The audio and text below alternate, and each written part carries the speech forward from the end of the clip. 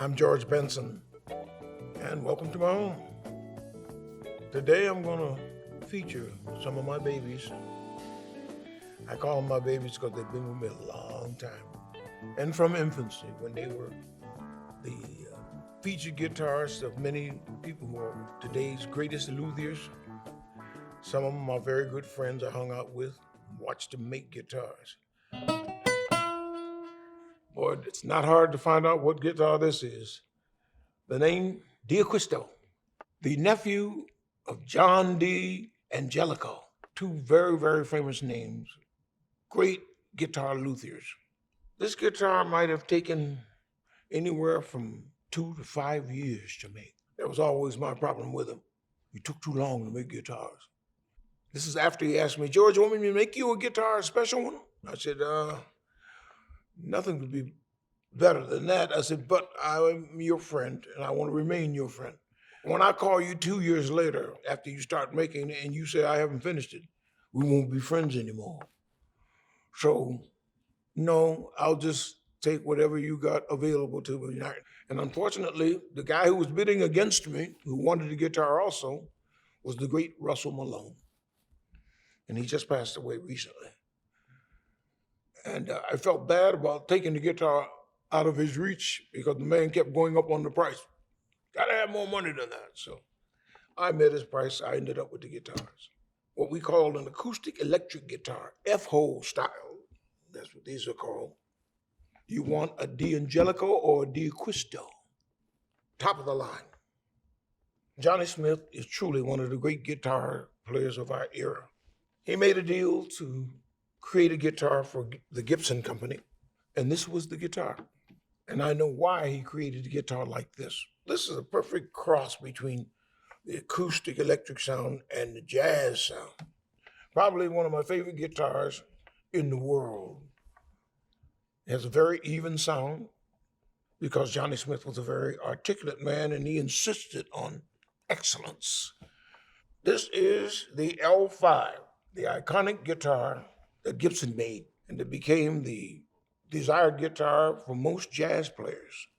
Particular guitar is very special because the guy who owned it, Jerry Byrd, and he and his brother dominated the jazz world in my hometown, Pittsburgh, Pennsylvania. When he passed away, his wife called me from a foreign country and says, I have Jerry's guitar and I don't know what to do with it. Just send it to me. And she did. She sent it to me. So I've had it for years, and when I pick it up, I think about how wonderful he was and how great his playing was. And jazz only. He didn't play anything else. He didn't want to play anything else. And he let me know that, because every time I picked up the guitar, he picked his up and beat the crap out of it. The L5 has become the iconic guitar that everybody wants to own, at least have one in their collection. And so I have at least one.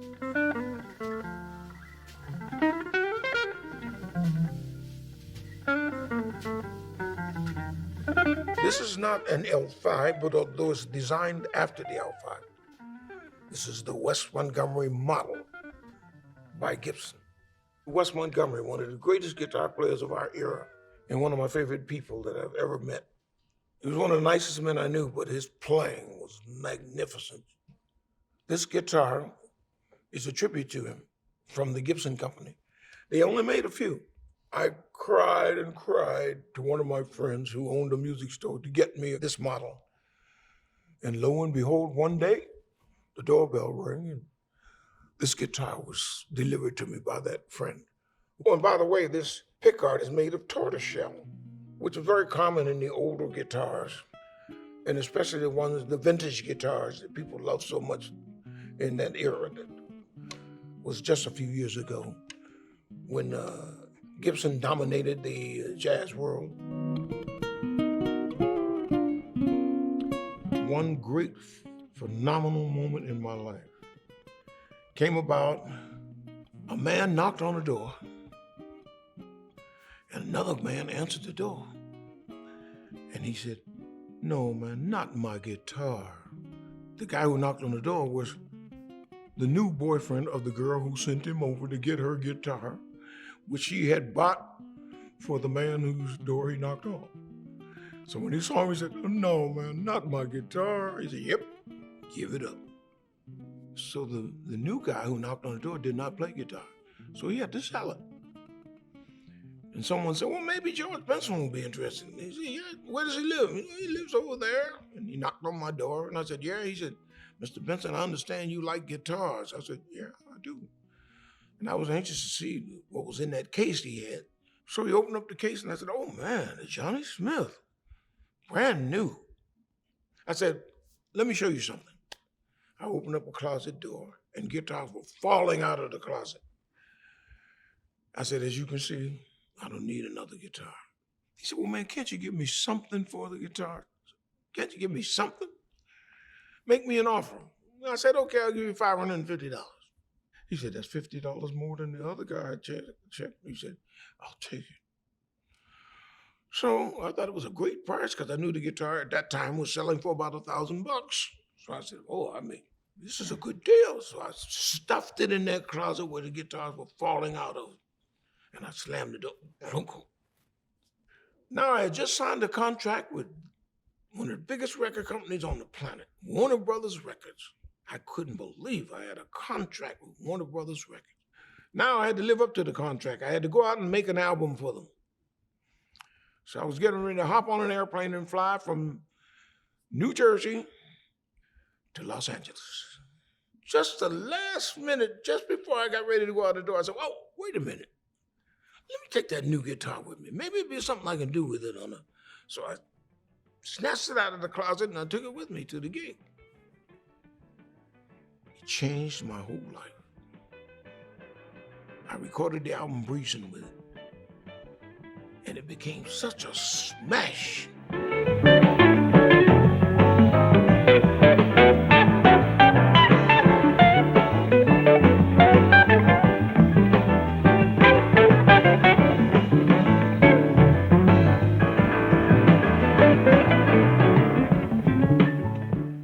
Couldn't figure out the difference, because to me, a guitar is an instrument with 6 strings on it. If it got 6 strings on it, I can play it. I don't care whose guitar and what it's made out of. 6 strings is all I need. But I didn't realize this was a Johnny Smith. And he designed that guitar after the #1 guitar made on the planet Earth. He designed it after the Django. Everyone who heard that album after that, they said, George, I never heard you sound like this before. I said, what's the big deal? Then I realized what had happened. I had a brand new guitar, and before I came out, a guy promised me that when I got to LA, if I stopped by his shop, he'd give me a brand new amplifier he had just designed. So I stopped by, and he said, oh yeah, you're in town. He said, well, you want me to deliver your new amp? So sure enough, he delivered. So I had a brand new amp I never played before, through it, and a brand new guitar I had never played before. I remember the guy who wrote the song Breezin came in the studio, and he heard that sound, and he said, man, George, I never heard you sound like that. Then I started listening. I said, you know what? I don't think I ever sounded like that before. There's a difference about it. I can't make out what the difference is. Took me years to figure out what had happened. That story I'm telling you, every bit of it is part of that sound that was reproduced that day. One of those once-in-a-lifetime things that took me all the way to success. And it was this guitar, that Johnny Smith, that took me to the moon.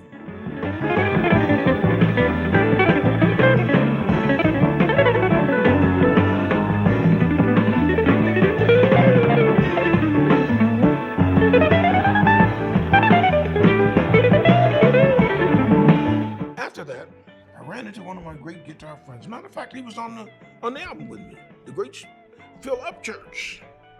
And Phil Upchurch said, George, there's a new guitar company. You got to play the guitars, man. They make great guitars. He said, it's a Japanese company. I said, well, I don't know. Do they make guitars comparable to the ones we play? He said, you got to check it out, man. So I was in Seattle, Washington, and I went by a music store. They had one of my guitars repaired. And I saw a line of Ibanez guitars. I said, oh, that's that company that Phil Upchurch was telling me about.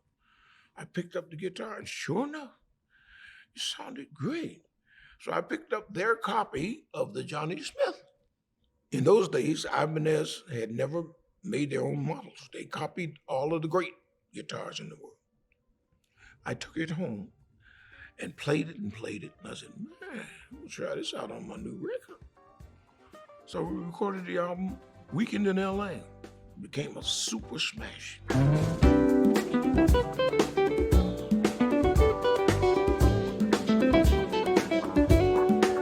That same evening, some people from the company who make the Ibanez guitars, he and a group of men came up to my dressing room, bam, bam, knocked on my door.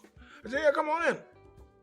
He said, we're from the Ibanez company. I said, hey, I want to let you know that your guitar, and the reason why they came up because they saw me playing it.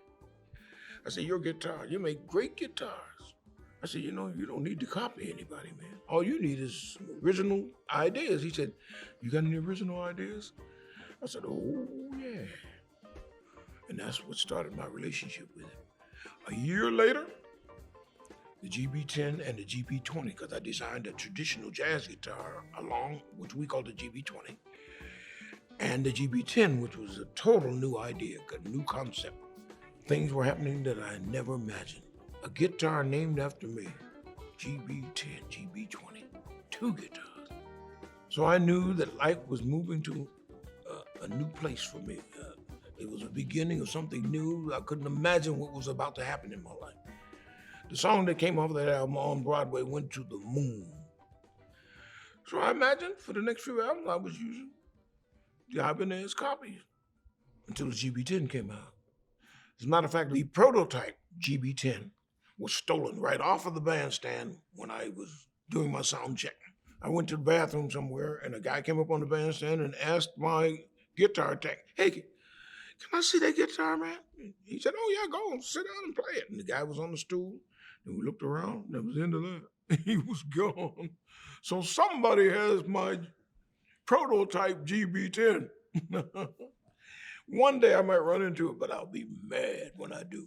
I'm still mad. Yeah, this is one of my babies. This particular model is called the GB10 Kimono because this finish that they have on it reminds you of the kimonos worn by Japanese women. So we called it the Kimono guitar, the GB10 when it came out. It caught the attention of a lot of people for a lot of reasons. The size, which was very controversial because you couldn't get people to understand that the size was that important. The world was changing in my eyes. The bands were getting louder, and the acoustic guitars, the big ones that you know of, that you see on everybody, when you see guitars, you see a lot of the big acoustic guitars. They used to reverberate, and the feedback became important. It began to work against us. So this size guitar cut a lot of the feedback down because it didn't have that inner part there that created the reverberation that became too great for the pickups. And they showed up in the amplifier as too much volume. So we lost sound and volume when we first made this guitar. Then we readjusted it and came up with the just right sound. You'll like the sound. It's very different, but very poignant and articulate. That's the thing I insist on. This one is important because I recorded an album years ago using this guitar with the great Norman Brown. Norman Brown, welcome to the party. Hey, George. Some people say he's my rival, but actually he's my friend. And he's a great guitar player. When the GB10 came out and people were criticizing the size of it, I was making hit records with it. They tried to talk me out of it. No, that guitar will never make it. Nobody will love that guitar. I said, well, we're selling a lot of them. And I'm making hit records. I paid it no mind. People used to complain about me having, singing, because when I first started making singing hits, a lot of my guitar fans did not like it. So there was a big argument for a while, big fight in the industry. Oh, man, George should never start singing. I liked him better just playing guitar. Look at him. He's on the bandstand. He's got a guitar hanging from him all night. But when I used the Ibanez, the GB10 when it came out, the complaints stopped. because you didn't notice the size of the guitar. The big ones used to bang against my body, boom. Light used to reflect off of it all night long. The little one, the GB10, did not have that problem. I just pull it up and start chunking whenever I wanted to. Or I could snatch it off my head, it was so light, put it on the stand. So it covered a lot of problems that I was having. If you want every note to stick out and shine, if you want to be articulate, play the GB10 Ibanez. The sound depends on you. Everyone has a different way of approaching the guitar, and that is part of their identity or their signature. It's wrapped up in the sound that comes out of the amplifier. It's there, whether you notice it or not. The public does. They don't know what it is that makes you you, but if they hear enough of your music, they begin to identify it. And so that is the way it is with the GB10. You seen me in concert, you saw that guitar in my hand, more than likely. Chunking on it, all through the night. It is the war horse, as they call it. For years, I played it everywhere in the world. All the major countries, Germany, England, Japan, Australia, New Zealand. What I loved and what I didn't mention earlier about that guitar that must be mentioned. Get ready to go on the road. You know you got an instrument that will not fall apart in your hands. I've even dropped it sometimes because I forgot to nail it down on one side, it would slip off of the strap and it hit the floor, pow, and the audience would go to a groan. I said, you don't have to worry about this guitar. Picked it up off the floor and I said, this one I designed, and I put it on. Start chunking. Didn't even have to retune it. Oh, and by the way, my friend Norman Brown, his career got started playing the GB20. And what a great player he turned out to be. But what an honor when I found out that he used my guitar on his first smashes. And we've been friends ever since. Not because of only that. That was a great introduction. One of the great guitar players of our time, and he's now my friend. So if you see him with an Ibanez in his hand, that's because he's trying to pay homage to his friend, me. Love you, Norman.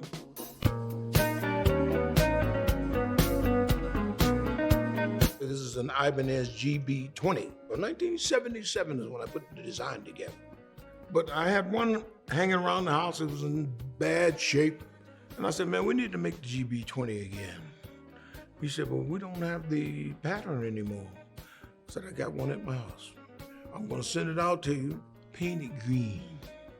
So he sent me back some samples of green. I said, what's all of this, man? Can't you paint a guitar green? He said, Mr. Benson, there's a lot of greens out there. He said, pick one of these. I said, next thing I know, he's at my door. I opened up the case and saw this wonderful, colored, beautiful guitar. And as a matter of fact, it has my name printed, not because I had them print that. It shows the age of the guitar originally was when they used to do this. They stopped doing this because other guitar players who were television artists themselves got tired of seeing themselves on TV with my name on their guitars. So I said, that is unkind for us to do it. So we took it off. But this one still has it in it. Ibanez. I've been with them for almost 50 years now. And what an adventure it has been. They have shown me nothing but love like you wouldn't believe. They have appreciated my work and the art that I tried to create with their guitars. And they never stopped thanking me for being associated with their company. The thing they like the most is, like many other artists who play, I didn't follow their routine. They would take pictures with Ibanez, but they wouldn't play the guitar live. I played the guitar live because it was a great tribute. So I played the guitar live, and that helped sell it. They said, he doesn't just talk and take pictures with the guitar. He plays Ibanez guitar. So that created a bond between me and the company that has lasted for all those years. And we're still very close, and they still allow me to create, but they're always great instruments. So that relationship is still alive, and I'm still an Ibanez man. This is my latest creation. This is called the GB Super 10, or this is a copy of the Super 10, but because it's a prototype. I love this guitar for many reasons. I like the color. I like how well-made it is, which is typical of Ibanez. They make well-made instruments, and this is one of them. It's very beautiful, something you love to have in your hand too. But this is the first of its kind.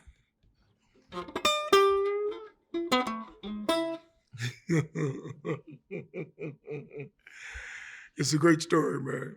Years ago, I was working with a man called Jack McDuff. This is the man who took me out of my hometown of Pittsburgh, Pennsylvania when I was 19 years old.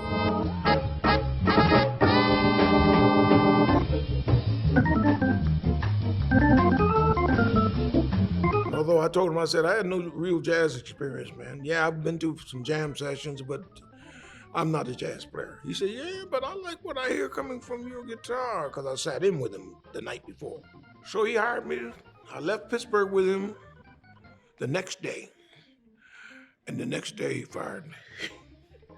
He said, man, I thought I heard something, but I guess I didn't. He said, but you can stay with the band until we get to New York. I think I know a band that you'd be happy with. I said, I'm Mr. McDuff. I told you I was not a jazz guitar player, but thank you for the opportunity, and I hope something happens in New York. When we got to New York, his manager said, did you say you were going to fire this kid? Because remember, I'm 19 years old. And he said, yeah, why? He said, you can't fire him. He said, what do you mean I can't fire him? He said, your band sounds 10 times better than it did the last time I heard you with the other guitar player. I suggest we go in the studio and make a record with him. And so we did. We made nothing but hits after that. Small hits. But everything I was on, somehow or another, became a hit. It's what I learned from him. Play like there is no tomorrow, because if you don't, you won't get a chance to play the next solo. He judged you by what you did on this solo at this time. If that wasn't good, he wasn't gonna give you no second chance. So I learned how to fire up things very fast, you know.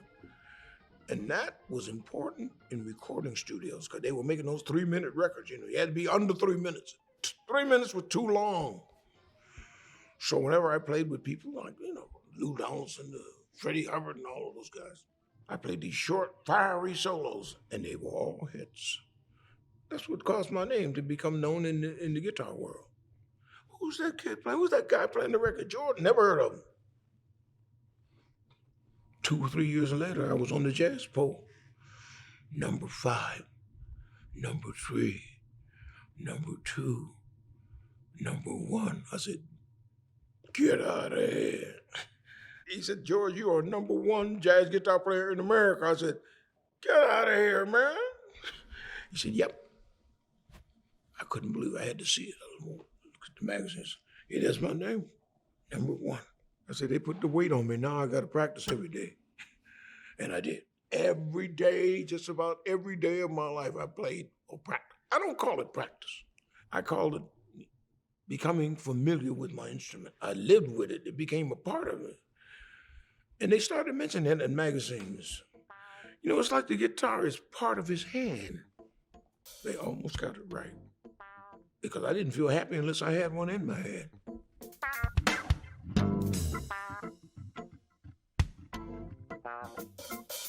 Instruments which have a history. They gave me ideas and concepts. You see something, it might give you an idea. Like I saw a green guitar years ago, and it still inspired me 50 years later. I wanted a green guitar. That was 50 years ago, Mr. Benson. That's gone now. It's not in my mind, though, until I get a green guitar. For that reason, I'll let you know that in my collection, I have a lot of wonderful things. I have a Steve Grimes guitar, and the guitars that Django Reinhardt used to play, not the originals, but one that was given to me by one of his best friends. And what a night that was, though. I got called out in the middle of the night in France.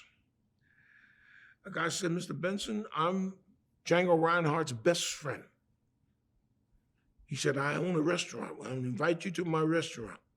So I went to his restaurant, and there was only candles. There was no lights on. Just had candle lights on the table. I said, oh, something's going on here, but I'm going to smile my way through it. So I went in, and smiles, and the guy came down. Sure enough, I believe that he was Django's friend. He said, I want to tell you something. He said, you see that sidewalk you just came in on? He said, that's where Django's body is built, right up under that sidewalk. I mean, that's where he's at. He's laying rest out there. He said, I buried him there.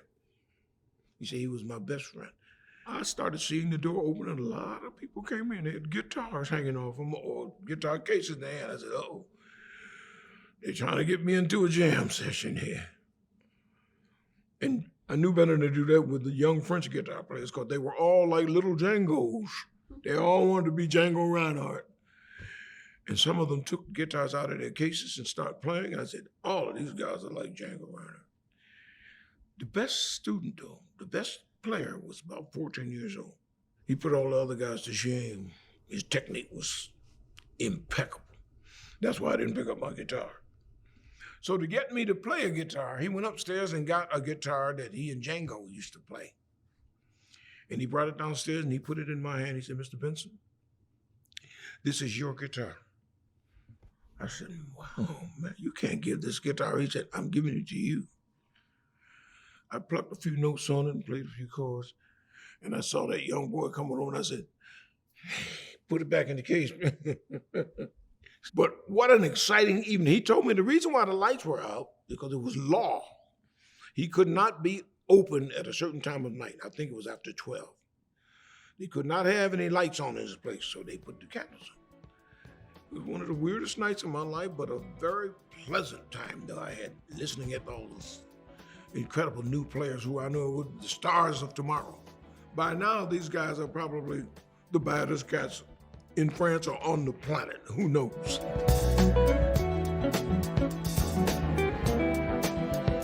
A while ago, I had a green guitar, man. Now I'm switched to blue. I had a red. Now I got blue and green. The Angelico New Yorker is styled after the original, but this is a modern version. It's a licensed guitar. My friend Phil Upchurch gave me this guitar. Just one day, he came to me and said, George, I got something for you. And I said, what is it? He said, open up this case. And I opened it up and saw this guitar. I said, man, what are you gonna do with that? He said, I brought it for you, it's yours. And how it came about was, years ago, I gave him that Johnny Smith guitar, the one that I used on the Breezin album. He said, George, I can't accept that, man. I said, what do you mean you can't accept the guitar? I'm giving it to you. He said, can't do it. You can't give this guitar away. This is gonna be a historic instrument one day. You can't give this away. And then one day he came to my house in New York and we looked in my closet. And he saw a Ramirez guitar, which is an acoustic guitar, Spanish, classical guitar, top of the line. He said, George, do you know what this is? And he started playing it, and he was a magnificent player. I said, yeah, I bought it, didn't I? I said, I know one thing, though. He said, what's that? I said, it's your guitar now. He said, no, man. And he cried. I said, man, what you crying about, man? Paying him back for this one. But that shows the friendship that we have over the years. So in my collection, I have things like that have happened to me. And it brings back some terrible memories. My oldest guitars, and probably classics in themselves. When my friends got in trouble, they had to sell their guitars. They came to me, I ain't got no guitar to play. I said, oh, man, take this one, play this one. Why did I do that, man? Because now they are worth a fortune. You could buy a house with one of those guitars. But that's the fortunes of war and the fortunes of the guitar world. We have to pass it on. We have to pass our good fortune on to others. And, I don't mind doing that either, because those guys who I did that for, they were my friends then and they're my friends now. But every time I think about those guitars, I still get a funny feeling in my gut. Why? So anyway, that's what the guitar world is made out of. Passes from one person to another, another generation to generation. And I'm very proud of the fact that I can pass on some good vibes to other people.